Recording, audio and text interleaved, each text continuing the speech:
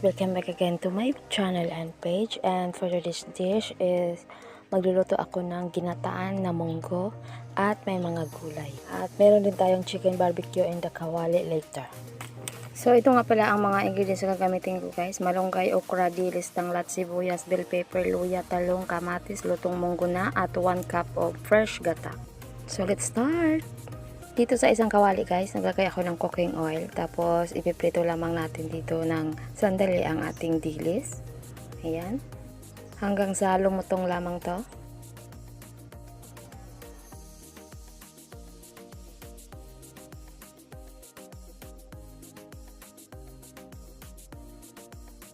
So this is enough guys. At malutong na siya. Pwede natin siyang itabi muna. At mag-uumpisa na tayo sa ating gulay. Ayan.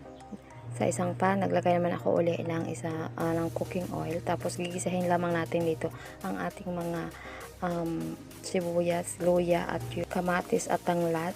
Hanggang sa maamoy lamang natin ang mga aroma nito guys. At pwede na natin isunod ang ating nilagang munggo. So this time guys, pwede natin isunod ang ating munggo. Ayan, halo-haloin lamang natin to. At maglagay na rin tayo ng pampalasa at yung dilis natin bago natin tatakpan. Ayan, naglagay nga pala ako ng magic sarap seasoning and then some salt and some black pepper powder. At naglagay din ako ng 1 cup ng broth fish soup para sa sabaw. Tapos tatakpan natin ng mga 5 minutes. So ayan guys, 5 minutes is over. Pwede natin ilagay ang talong, okra at tatakpan muli ng another 3 minutes.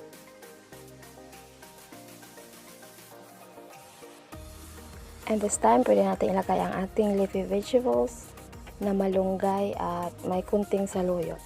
At pwede rin natin ilagay ang ating fresh na gata. Ayan, na punong-puno na ang kawali. Takpan at pakuluin. And of course, huwag kalimutan ang ating bell pepper. Ayan, lalong magpapasarap ito sa ating ginataan.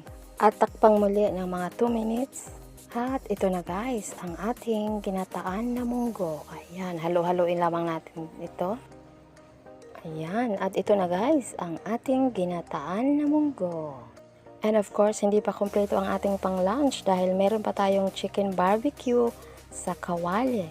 And that's so umaga pa lang guys, minarinate ko na tong chicken na ang tawag ba nito? Pichu ba to? I'm not so sure. But let's start cooking. Ayan, sa isang pan, naglagay ako uli ng cooking oil. So, konti lang siya guys, kasi parang barbecue naman talaga siya eh. Dapat, hindi ko na nga dapat lagyan ng oil, pero sige na lang. Kahit konti lang, lagyan na natin.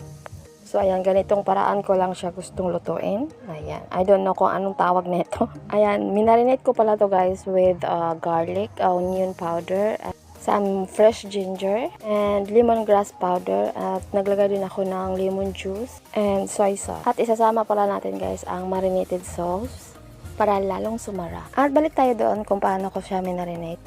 Naglagay pala ako ng soy sauce, tapos may oyster sauce akong ginamit, some olive oil. Tapos binabad ko siya ng mga 3 hours sa labas hindi ko siya pinasok sa fridge. So, ganun lang ang proseso ko. Tapos, pinirito ko siya ng ganito. Mag-iihaw sana ako sa labas kasi wala pala kaming uling.